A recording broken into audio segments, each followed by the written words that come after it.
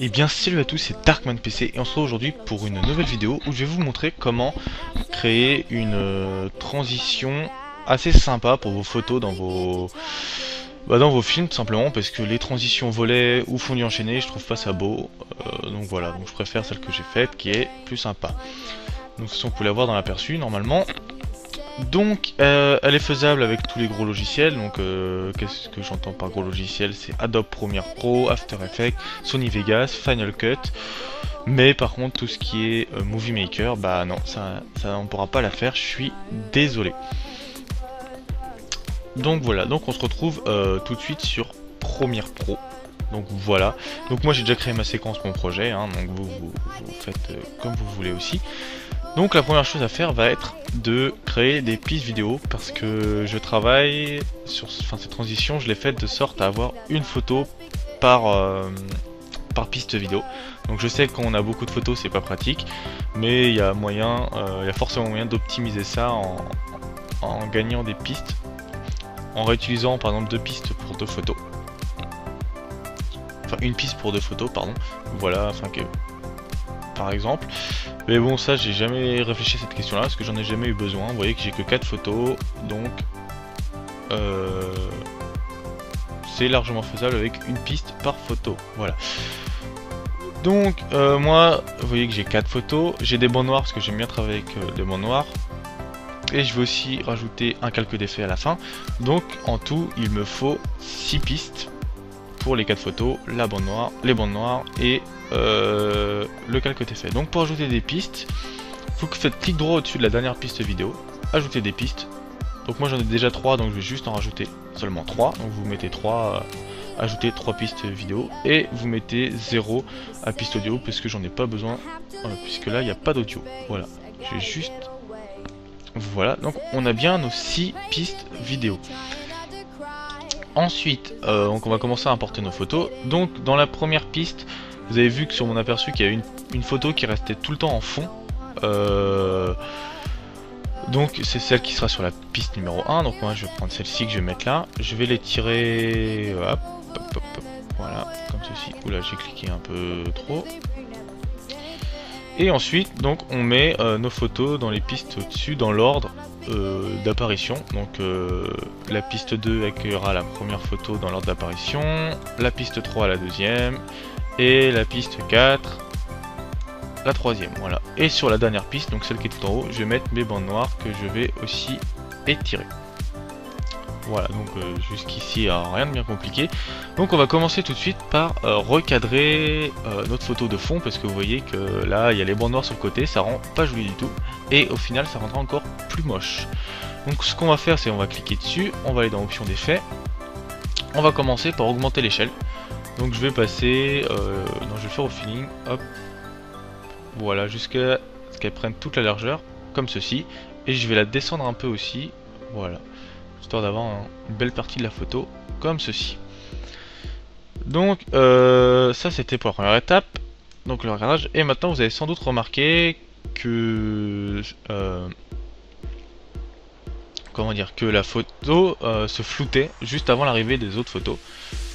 Donc on va faire ça tout de suite. Donc on va ajouter l'effet flou gaussien. Donc flou gaussien comme ceci. Donc il est apparu ici, et je vais le faire à 1 seconde. Donc je vais prendre 1 seconde, toc, on est ici. Oula, j'ai peut-être un peu trop agrandi, mais je vais juste rapprocher ça, donc je vais les perdre. Hop, voilà, donc je zoome un peu, je resélectionne, tac, et donc là je vais mettre une image clé. Donc on clique sur le petit chronomètre, voilà. Donc là, assurez-vous que c'est bien à 0. Et on clique sur le chronomètre, donc il y a bien une image clé qui est apparue, donc on la voit ici. Ou ici le petit, vu que le petit carré, ou je sais pas quelle forme c'est, les petits hexagones est blanc. Je me déplace de 4 images. Donc comment se déplacer image par image simplement avec les flèches du clavier. Donc moi je vais avancer de 4 images, donc appuyer 4 fois sur la flèche vers la droite. Donc 1, 2, 3, 4. Voilà, et là je vais aller à je vais mettre le flou à 8. Voilà, Donc on peut déjà voir l'effet de flou apparaître. Donc c'est tout pour notre... pour l'instant c'est tout pour notre photo de fond. Donc maintenant on va attaquer les autres. Celle-ci, donc l'animation de celle-ci, qui est tout simplement une rotation. Mais alors attendez, je vais juste me mettre après le flou. Donc j'ai mon flou là, donc je vais me décaler un petit peu. Par là, ça me semble bien. Mais donc voilà, je disais on va attaquer la rotation, mais si on regarde dans les options d'effet et que j'effectue une rotation ici, vous voyez que la rotation s'effectue à partir du centre de la photo. Nous c'est pas ce qu'on veut, on veut que la photo suive un beau cercle ici. Donc pour ce faire on va juste déplacer le point d'ancrage, je vais remettre ça à 0. Donc là il est à 1920 le point d'ancrage, donc il est au centre. Ici, et je vais le mettre à moins 1500 de sorte à le bouger vers la gauche de la photo. Donc ça a tout décalé, c'est normal. Cette valeur là, ajustez-la en fonction de votre photo. Enfin voilà, en fonction de vos photos ça devra s'ajuster. Moi c'est 1500, vous ce sera sûrement pas 1500. C'est à vous de voir le résultat qui donnera, enfin de trouver la bonne valeur pour avoir le meilleur résultat. Voilà. Donc maintenant, vu que notre photo est décalée, il va falloir la recentrer. Donc on prend position, moi c'est 640, je le déplace.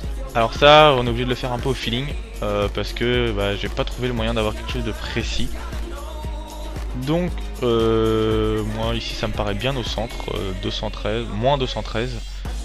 Ça me paraît légèrement centré, mais bon, vu que ça suit un arc de cercle, à la limite c'est pas... Je trouve ça plus beau, mais c'est pas obligatoire que ce soit parfaitement bien centré. Voilà. Et maintenant, regarde, on peut voir que si j'effectue une rotation, elle s'effectue à partir d'un point qui est par ici. Et non plus depuis le centre de la photo. Et donc c'est ce principe-là qu'on va utiliser pour notre transition. Je le remets à 0. Voilà, donc juste avant d'aller plus loin, on va développer nos pistes, donc celles qui possèdent des photos. Donc on clique tout simplement sur la petite flèche réduire agrandir, hop, donc on les agrandit, on fait ça pour toutes, on fait ça dès maintenant, comme ça ce sera fait. Et pour toutes, on voit que ici c'est sur opacité, opacité, opacité, hop hop. On va cliquer, on va aller dans trajectoire et dans rotation. Donc ça, là, ça va nous permettre de voir afficher les images clés directement de rotation. On va les voir afficher sur la piste ici. On fait pareil pour les deux autres. Voilà. Maintenant, je vais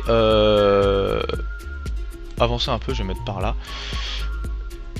Je vais faire une rotation de sorte à ce qu'on ne voit plus, une rotation vers le haut, de sorte à ce qu'on ne voit plus la photo. Donc dans les négatifs, je vais monter à moins 76. Voilà, donc là on voit plus du tout notre photo. J'active bien les images clés. Je me déplace de 4 images. Donc pareil, le même principe, 1, 2, 3, 4. Et là je vais venir mettre une valeur aux alentours de moins 3, moins 4.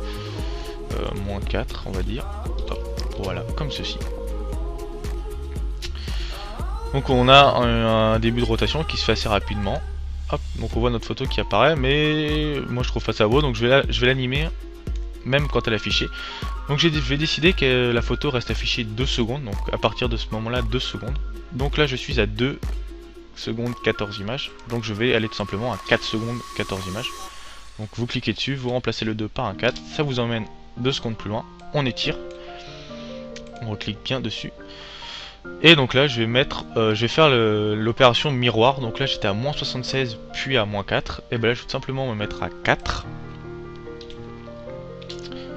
Je vais aller 4 images plus loin. 1, 2, 3, 4. Et je vais me mettre à 76. Et donc là on a notre animation d'image qui donne ceci. Voilà. Donc je vais juste réduire ça à ce que c'est inutile. Alors maintenant, on va... Premiere Pro nous permet de faire juste un copier-coller de nos effets, ce qui évite d'avoir à se taper toute l'animation à faire à la main, comme ça. Donc on va tout simplement mettre nos images bien pile poil dessus sur la première. Enfin sur la première, sur celle-ci. Hop, on les met pile poil. On va chercher nos effets. Alors je sais pas si un glisser-déposer marche, on va essayer. Hein. Non, ça ne marche pas. Faites simplement un CTRL-C. Donc sur la première, vous cliquez sur la deuxième. Et là, vous faites un CTRL-V. Et vous voyez qu'ici est apparu exactement les mêmes caractéristiques sur la deuxième image. Donc si je vais dans trajectoire rotation, on voit bien que les images clés sont apparues. On fait pareil ici, on clique sur celle-ci, on clique bien ici, il faut bien recliquer ici, et on fait CTRL-V. Ah, hop, on retourne dans rotation, et on voit nos images sont apparues. Alors maintenant, ce qui va être du positionnement, parce que là on a nos images superposées, c'est pas top.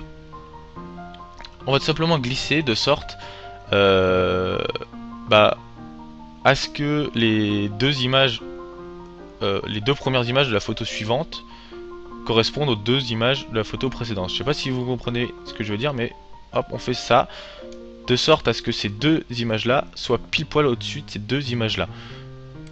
Donc là, c'est pas bien. Voilà, là c'est parfait. Ce qui fait que quand celle-ci va commencer à partir, et bah quand la première image va commencer à partir, la deuxième va commencer à arriver. Et donc on a l'impression vraiment que c'est un cercle qui tourne avec les photos.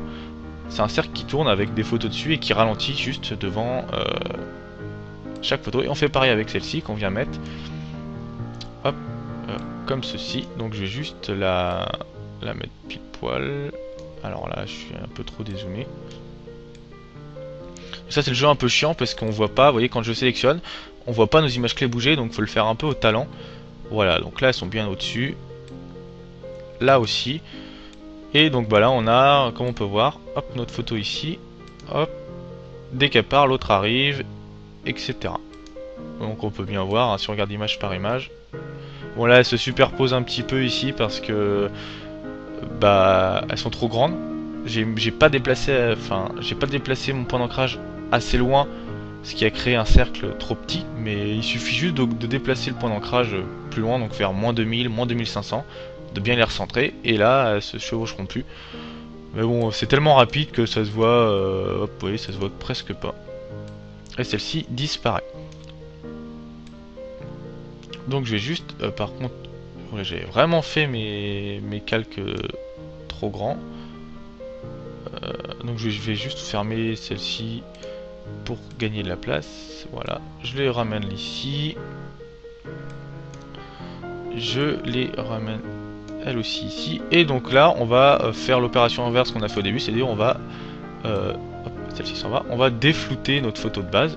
Donc on clique dessus, on remet une image clé en cliquant sur notre petit, voilà, ajouter, supprimer une image clé sur notre petit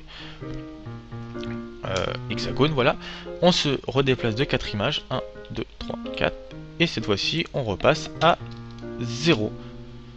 Et voilà, donc on a notre image qui part, et hop, ça redevient net. Donc je vais arrêter ici, tac, et tac. Donc voilà, donc là, en soi, notre transition est créée. Moi je vais juste refaire une dernière modification parce que c'est des photos prises à partir de GoPro et je trouve qu'elles sont pas assez contrastées, donc je vais rajouter du contraste. Je vais en profiter pour vous montrer comment marchent les calques d'effets. Mais ce que je vous disais, pour optimiser, vous voyez que j'ai utilisé une piste par photo, donc ça fait un escalier. Mais au lieu, par exemple celle-ci, au lieu de la mettre au-dessus, j'aurais très bien pu la remettre en dessous. Il suffit juste d'aligner les deux images clés mais en dessous et ça remarche très très bien. Donc en soi, on peut le faire avec juste deux pistes vidéo.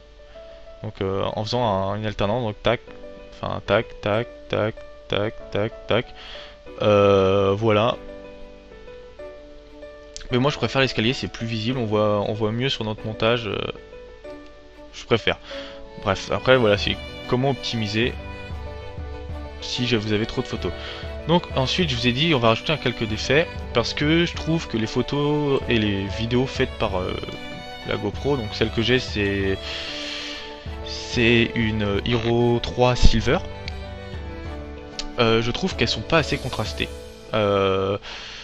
Donc je vais rajouter du contraste, donc je vais rajouter tout simplement l'effet contraste et luminosité qui est ici. Donc soit vous avez le choix, donc là j'ai pas beaucoup de photos, j'en ai que 4 en tout, donc je pourrais le faire pour chaque photo. Donc vous glissez, déposez sur chaque photo et vous mettez la valeur que vous voulez pour chaque photo.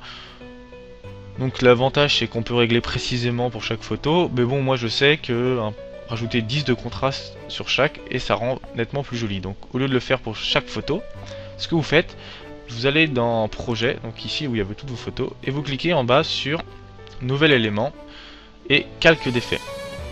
Alors elle va vous demander, donc faites bien attention qu'il fasse la même taille que votre séquence, donc moi c'est du 720p. Je fais OK, donc il est apparu ici et je viens le mettre juste en dessous mes bandes noires.